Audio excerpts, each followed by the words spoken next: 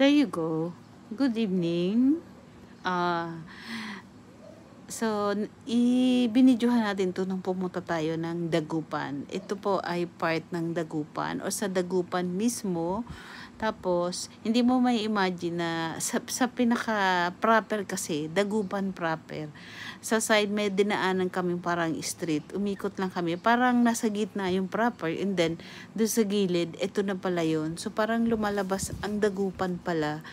Lalo na yung nasa Dagupan proper is, ang nakapalibot pala puro dagat.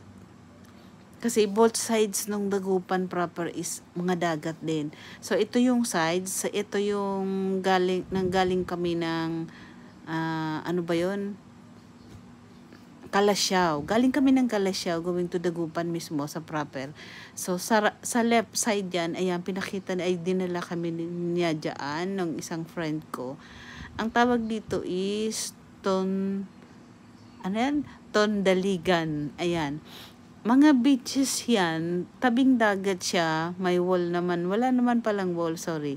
Pero, may mga cottages diyan sa gilid na makikita kayo pag pumunta kayo diyan. Marami diyang cottages na makikita kayo. Ang beach diyan walang entrance.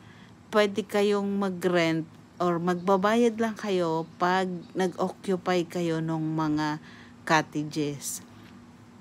Tapos, pwede rin kayo diyan mag-overnight. Meron din sila dyan for overnight. Ayan, tulad yan.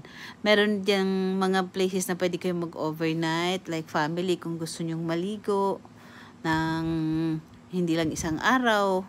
Kasi malapit lang to sa city eh.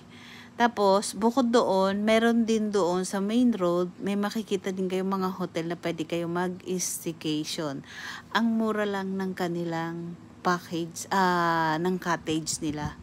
Hindi ko lang po sure kung magkano yung kanilang mga hotel kasi hindi namin tinry na mag-inquire. Pero 100 pesos lang yung